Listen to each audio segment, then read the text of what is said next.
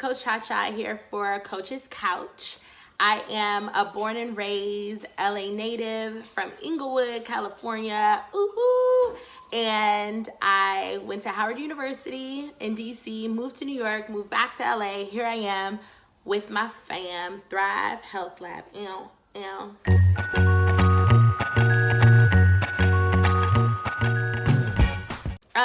Before being in personal training, I am a dancer, but so I've always been active, but it's a different type of muscle retention and just retention in general and body awareness from being a trainer.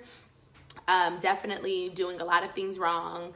I was always injured, bursitis. I was dislocating my shoulder maybe every other week, all the time. So not really being aware of my body in a way that would provide longevity.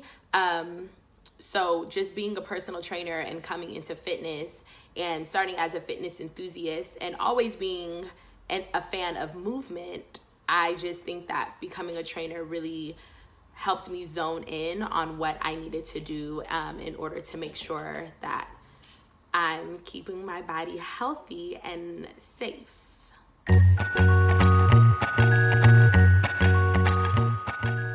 But I now am more body aware.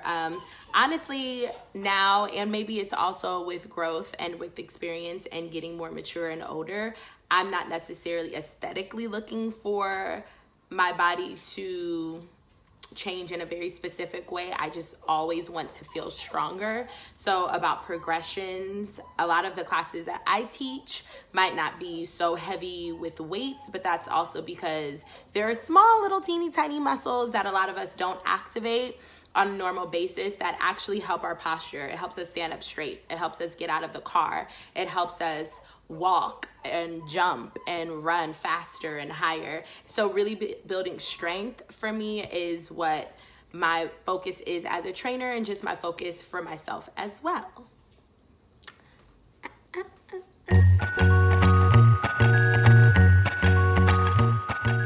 I got into teaching fitness because I felt like I was always being injured. I was always injured. So I just wanted to be able to, it honestly started with more corrective exercise and like prehab exercises. I was always in physical therapy when I was at school. When I was in New York, I was literally always in physical therapy because I was always injured.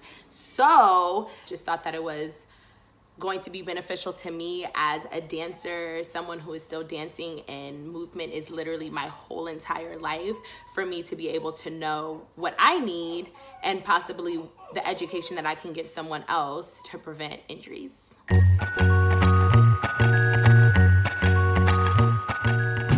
I enjoy fitness because honestly, endorphins are a real thing, and happiness can really come from really pumping those endorphins. So I just think that the whole journey is what's so enjoyable to me, meaning, yes, there are frustrating moments, but just being able to see someone's growth, and sometimes growth isn't always physical. Sometimes it's not with the amount of weight that you lose. Sometimes it's just mental blocks. Like actually seeing someone say, if I'm like, oh, let's go from 15 curls and then let's do 10. And they're like, no, I'm going to do 15. I'm not going to punk out. That's special. So I enjoy teaching fitness because there's a whole mind shift that people who stick into their routine and stay disciplined, it definitely starts up here first.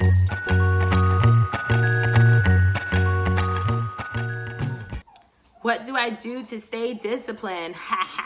I'm a planner. Like not professionally, but just in life. So I have to write out everything, color code. All my friends and family know we color code our planners. We write everything down so that I can see it at the top of the day. I can see it at the top of the week. And then I can do my due diligence to make sure that I keep my plans and keep my focus on what needs to be done so we can be productive, especially during quarantine. I feel like I definitely in the beginning got off of writing in my planner because I'm not going anywhere per se, but writing in my planner actually helps me feel productive and helps me stay disciplined with what I need to do.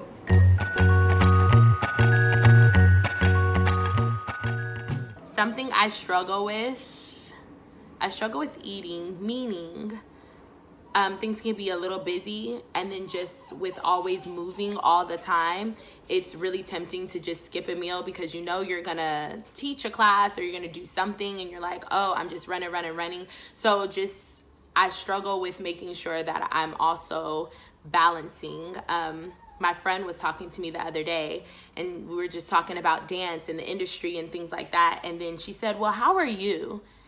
And then all of a sudden I got back to talking about work and dance and things like that. So I also struggle with being able to just pull myself away from work because I can become a workaholic. I can always be in my mind, and especially with things that are going on. So just struggling with really finding like balancing moments to pull myself away and say, you know what, you're not going to work out, you're not going to dance, you're not going to look at dance, you're not going to think about anything that has to do with your career. Sometimes when you're really trying to stay purpose driven, things can get a little muddled and then everything can like coexist versus having something that pulls you away.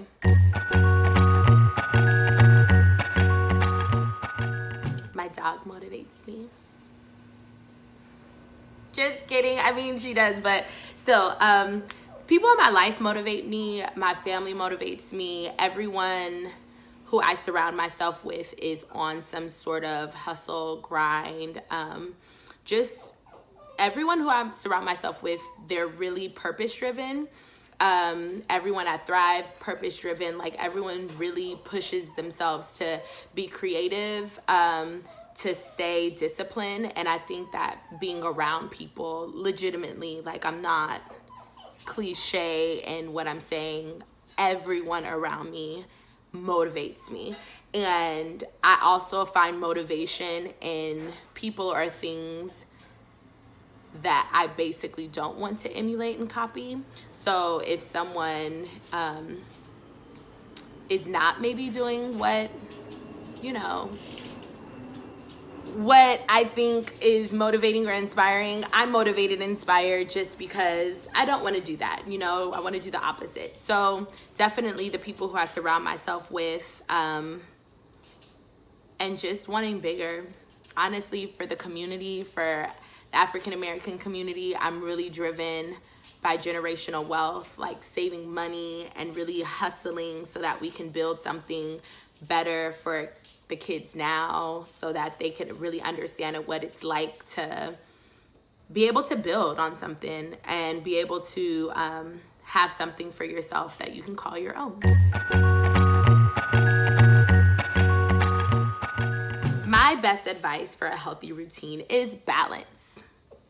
I am such a realist when it comes to a healthy routine, meaning I feel like it is more detrimental to yourself for you to say, I'm going to strip all of these crazy and amazing things out of my life. And let me be clear, even if it's something like a piece of chocolate cake, if you know that you're going to a birthday party, I think that you can have a piece of chocolate cake.